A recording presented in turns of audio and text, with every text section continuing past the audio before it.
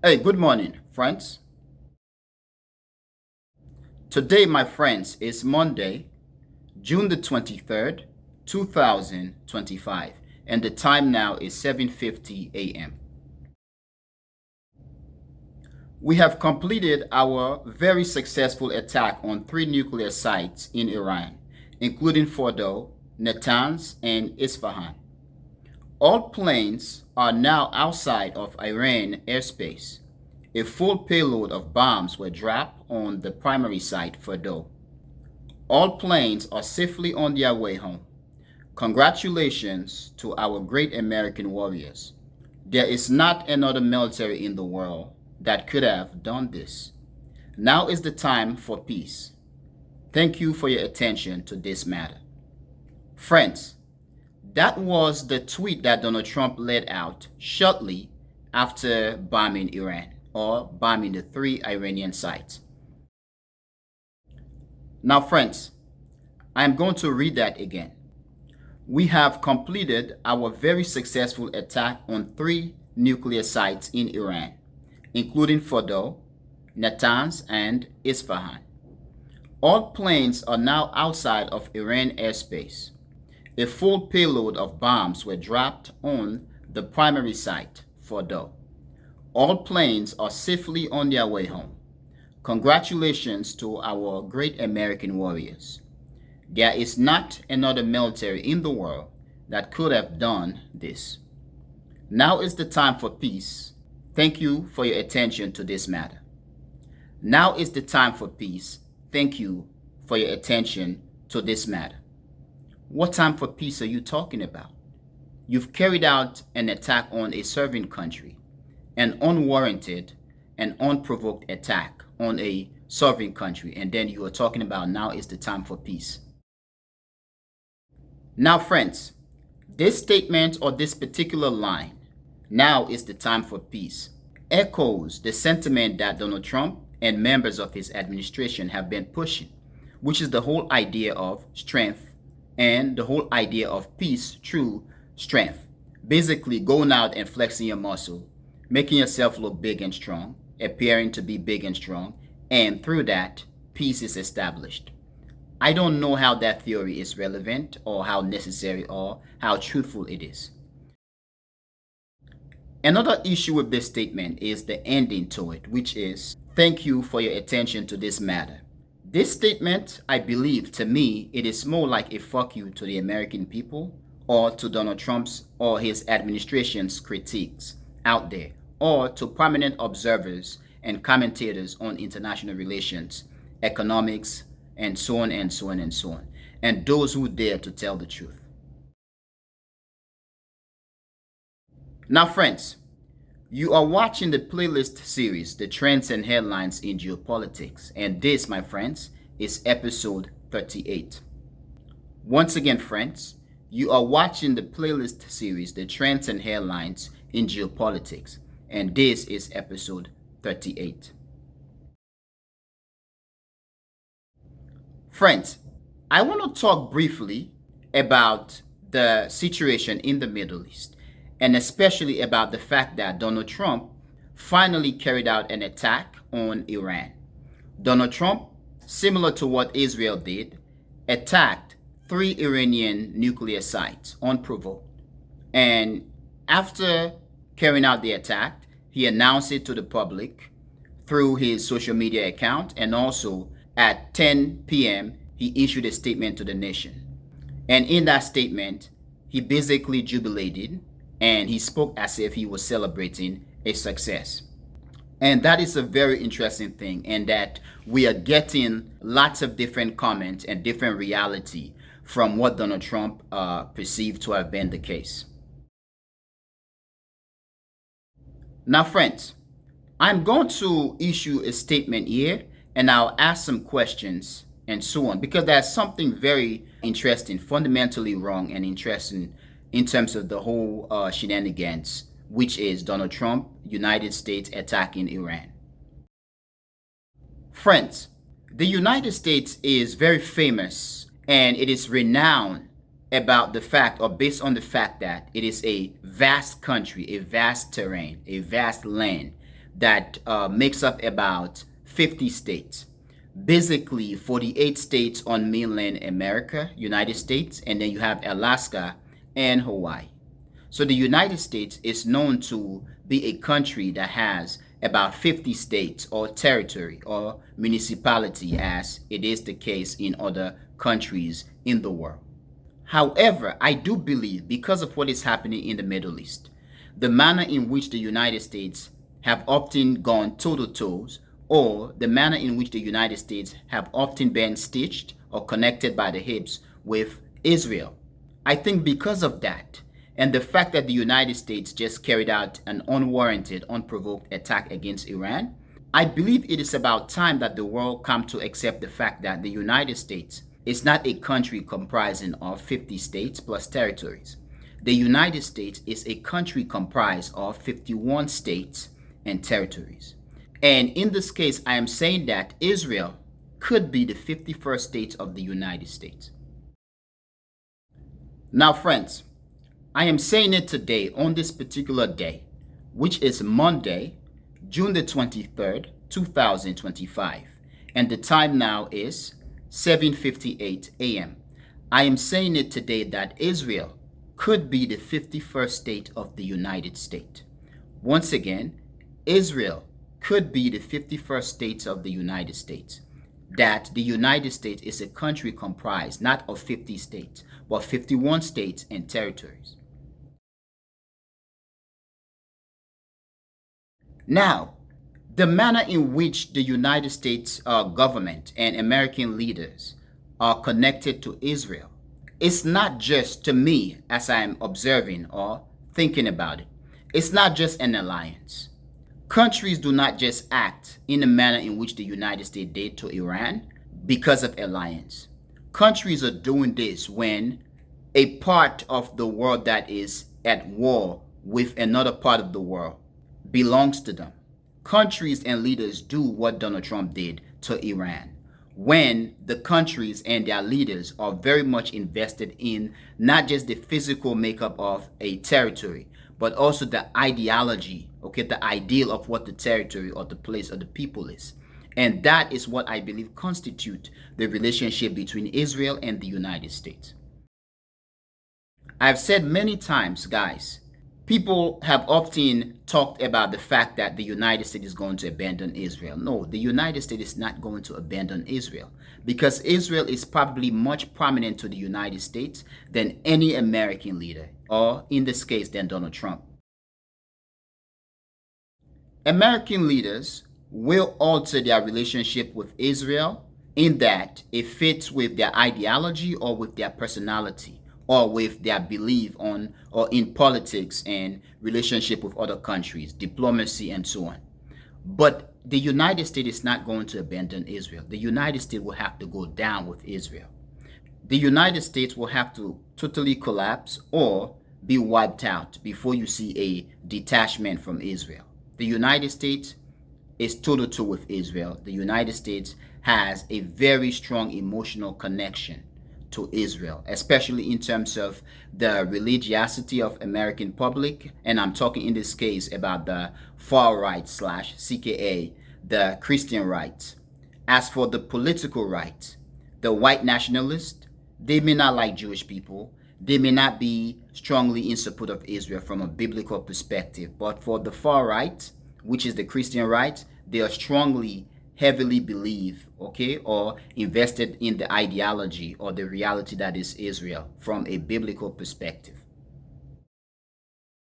I realized that there was a breaking news that the United States had attacked Iran and that Donald Trump was going to be speaking at 10 p.m.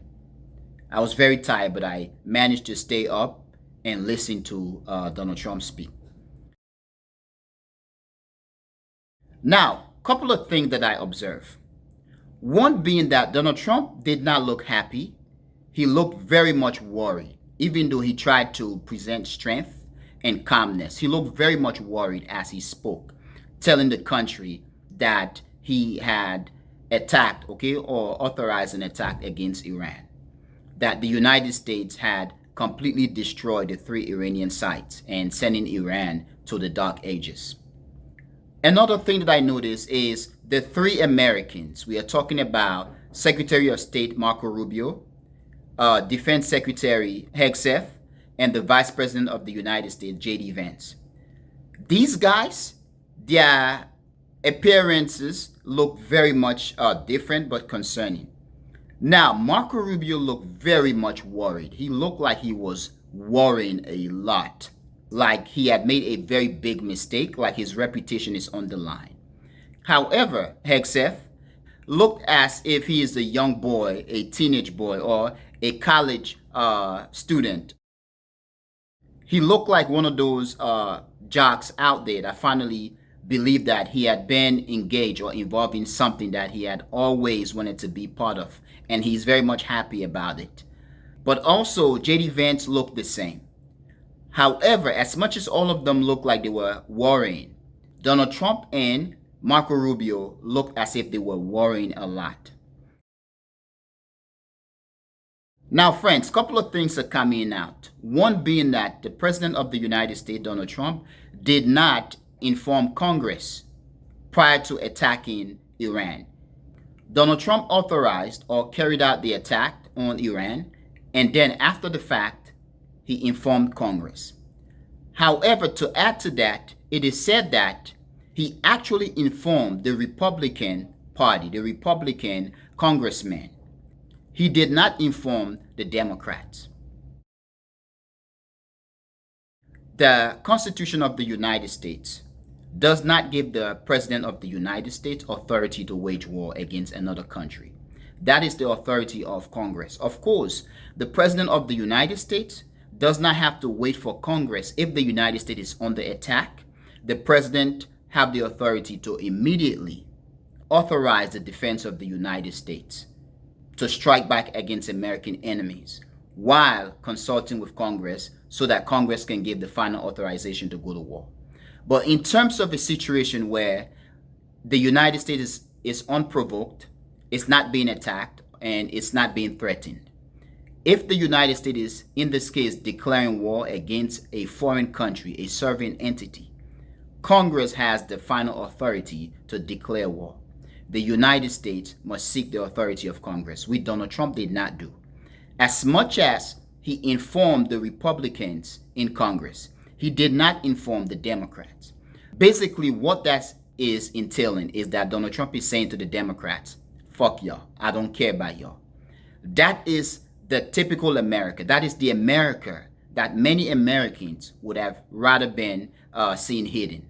Donald Trump is taking away the mask, okay, the mask of the American system. What Donald Trump is saying is that the Democrats do not matter. The liberals do not matter.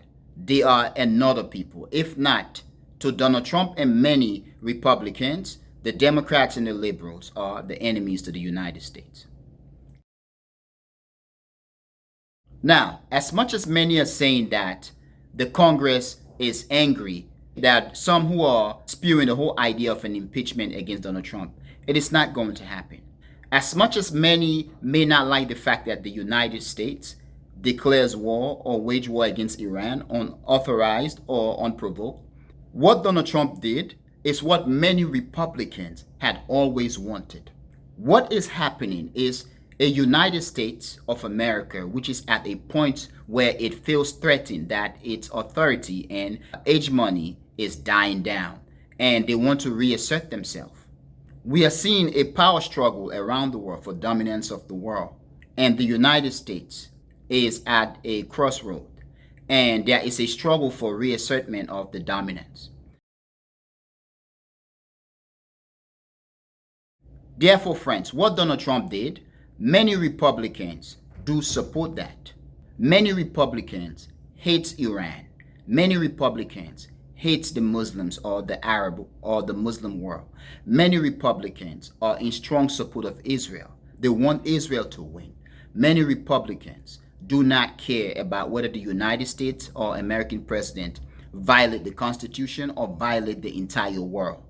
As long as it shows America's strength, America's might, and it also recalibrate the system of global affairs and reassert American dominance and American exceptionalism, they do not care. Now, as for MAGA, as much as many of them are showing anger of the fact or at the fact that the United States, Donald Trump, is declaring war against another country unprovoked, they do not care. This is something that they do believe in. They strongly believe in American dominance. But I do believe we need to begin to expect the fact that the Republicans and the MAGA Union, okay, the MAGA republics, will in time come into full support of Donald Trump. They are going to take on the cause. Yes, people like Tucker Carlson and all these guys are criticizing Donald Trump. These are people that criticize Joe Biden over Ukraine war, not because they want peace, because they know the enemies that they are fighting could defeat the United States, which in that case, the defeat could be very bad for the United States, could dismantle the United States. But that enemy is a European country, it's a white country. They do not want to expose themselves. They know going to war with Russia could lead to them dying as well. However, those same people cannot wait to go to war against China, a country of color.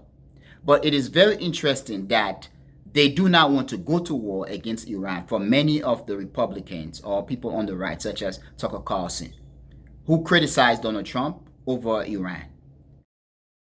Because they are afraid of the fact that a war with Iran could lead the United States to be bogged down in the Middle East while China expanded and China becomes much more powerful.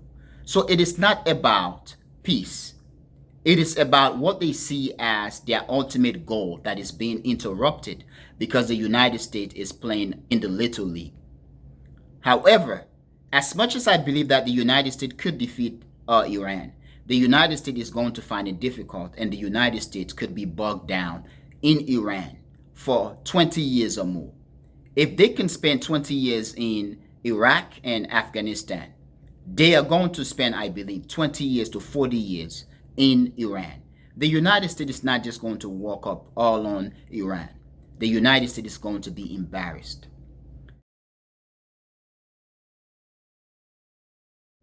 Now, friends, it is interesting that Donald Trump obliged or that he complied with Israel's request to attack Iran. And it is interesting that what Donald Trump did is similar to what Israel did, carrying out a sneak attack on Iran, okay, attacking Iranian nuclear facilities unprovoked. Israel then requests that the United States, Donald Trump, attack Iran, and Trump complied and attacked on Saturday, attacking Iran's nuclear facilities, 3 facilities, unprovoked.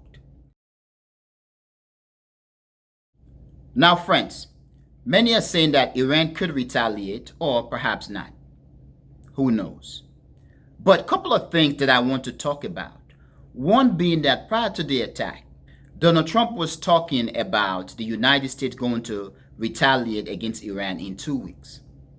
Could that be that Donald Trump was basically creating a diversion to make Iran to lessen, to relax their security, and then sneak up on Iraq, just like Israel did when the United States and Iran was supposed to be engaging in a peace talk, in a nuclear deal talk. Also, prior to Donald Trump attacking Iran, European nations, European countries, including France, were supposed to be meeting, okay, with Iranian officials, having deal talk with Iranian officials. My question for that is, could that have also been a diversion, a strategy to have Iran engage in a talk where Iran lessen or relaxed its security so that the United States can sneak attack Iran?